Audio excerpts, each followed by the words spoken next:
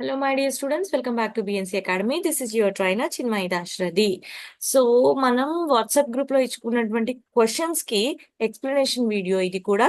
So ఈ question చూసుకున్నట్లయితే he said dash help మీ, దీనికి కరెక్ట్ ఆన్సర్ ఏంటి అని చెప్పేసి 2 ఆప్షన్స్ అయితే ఇవ్వడం జరిగింది. ఇది పోల్ ఫామ్ లో ఇచ్చాను. మాక్సిమం అందరూ రాంగ్ పోలే ఇచ్చారు, but the right answer is hued. Okay, so అంటే హిడ్ అని ఏదైతే ఇక్కడ ఇచ్చామో మనం ఆన్సర్, ఇది కరెక్ట్ ఆన్సర్ అన్నమాట. This one is the correct answer. So ఎందుకు కరెక్ట్ ఆన్సర్? మనం ఇక్కడ డైరెక్ట్ స్పీచ్ నుంచి ఇండైరెక్ట్ స్పీచ్ కి ఒక సెంటెన్స్ అనేది మనం చేంజ్ చేస్తున్నాం.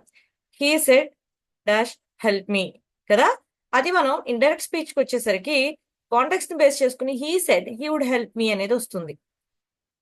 మనం అదే కాంట్రాక్షన్ మీద కనుక మనం ఫోకస్ చేసుకున్నట్లయితే he said hid help me. Okay, hid అంటే హీ వుడ్ అని ఫుల్ ఫామ్ వచ్చేసరికి దానికి ఏంటి, హీ వుడ్ అని అర్థం, రైట్?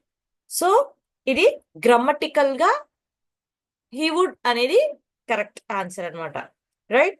ఆప్షన్ బి అనేది ఎందుకు తప్పో ఇప్పుడు చూద్దాం. ఓకే, మనకి ఇక్కడ ఆప్షన్ బి ఉంది కదా, సో ఈ ఆప్షన్ బి అనేది ఎందుకు తప్పు? ఈ ఆప్షన్ బిలో మనకి హీ వుడ్ టు అని ఉంది కదా, సో హీ వుడ్ టు అనేది వెంటనే టు అనేది రాకూడదు. ఈ వుడ్ కి టు కి మధ్యలో ఇంకేదైనా వర్బ్ అయితే వచ్చి ఉండాలి. ఎందుకంటే so unless it's part of infinitive verb we should not use to there. కాబట్టి హీ వుడ్ టు అనేది అక్కడ మనకి రాంగ్ ఆప్షన్ అవుతుంది. అర్థమైందా? హీ వుడ్ టు అనేది ఇన్కరెక్ట్ ఇంగ్లీష్ కూడా.